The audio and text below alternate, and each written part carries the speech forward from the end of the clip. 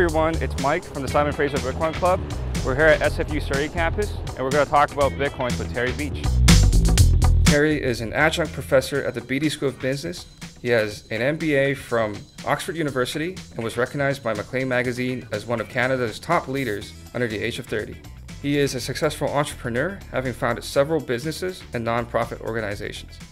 In 2012, his business, Hire the World, was named one of the top 20 most innovative companies in British Columbia. So I heard you taught Bitcoin in one of your courses. Can you tell us what excites you about Bitcoin?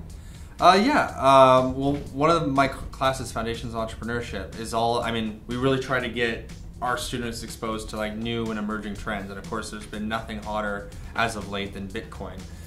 What gets me excited about it? Well, we should probably talk a little bit about what it's about. I mean, it's a cryptocurrency. So it's like, you can think of it like digital gold. And it's enabling a whole bunch of businesses to exist that didn't exist before. And it's having real impacts on a whole bunch of different places in the economy. So we have like Silk Road, which is, the big news item. This was a whole black market that was empowered by Bitcoin. But we also have, people whose government's monetary systems might be failing and they're flooding their money into Bitcoin. It has, the currency itself has a whole bunch of like unique characteristics that allow it to do a whole bunch of different things that traditional government-issued fiat currency can't do, and that's having a whole bunch of different impacts that people weren't really expecting or planning for.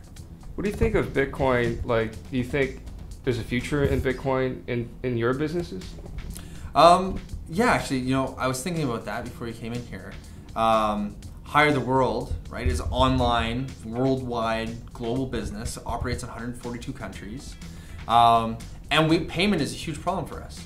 So, we accept money mostly through Visa, PayPal, the traditional methods, but then we have to distribute it in a whole bunch of different ways, because when we're paying somebody in India, for example, they might prefer to use Western Union or Payoneer or one of these other specialized services.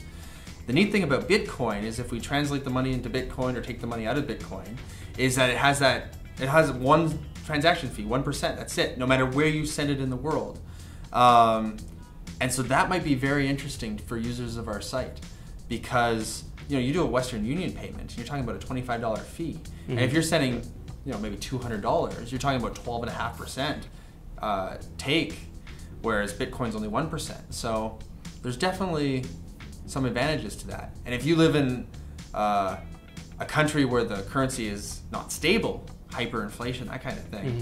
being able to bank your money in what is equivalent to a digital gold, something that might even appreciate in value, that could be very appealing to some of our customers. On the other hand, there are some risks. We don't know how the government is going to react to the currency right now. We know the IRS is looking at it in the States. We know the CRA is looking at it in Canada. It's as is often the case, for the private sector is ahead of government. But you can expect that just because transactions are happening kind of under the radar, that's not going to happen for long. Just because I accept a purchase via Bitcoin doesn't mean the CRA doesn't want and or deserve their cut in that transaction. So how those things get dealt with is one risk factor, but that's just from the taxation level. The other level is, what if government all of a sudden made it illegal because of all the kind of underground, all the kind of underground activity that's going on, illegal activity that's going on, or being empowered because of Bitcoin. If the US government, for example, was to say, nobody is allowed to operate with Bitcoin, what that would do to the actual value of the currency, who knows? But I would think it would have a significant impact. But at the same time, if you look at Baidu.com, Google's big competitor in China, they just started to embrace the use of Bitcoin. So there's all this momentum being built up, and as more and more people pick it up, it's going to be harder and harder for governments to try and regulate it or shut it down. What do you think of Bitcoin's potential in terms of crowdfunding? It's an interesting question, only because crowdfunding is so new as well. The CRA just came out, last week, saying that they're going to tax crowdfunding.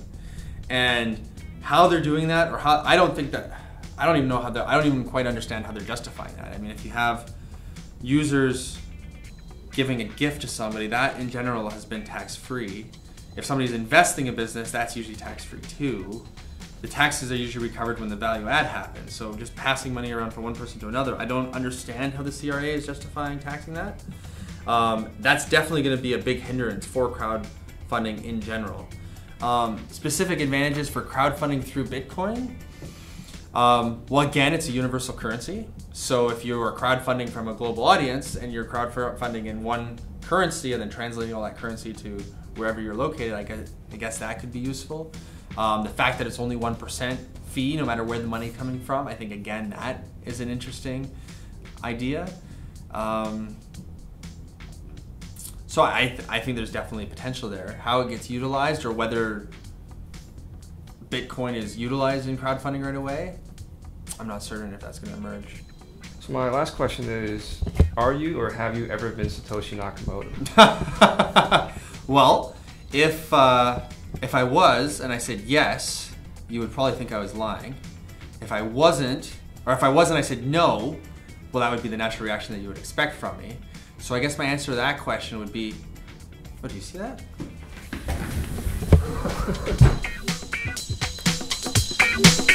Great, thanks. How's that? Run away. Well, that's all the time we had today. Thank you for joining us for our interview with Terry Beech. Catch us next time. We'll be talking to business owners in Vancouver who are already taking Bitcoins for payment. See you next time. If you enjoyed this video, please consider donating to our Bitcoin address. Thank you.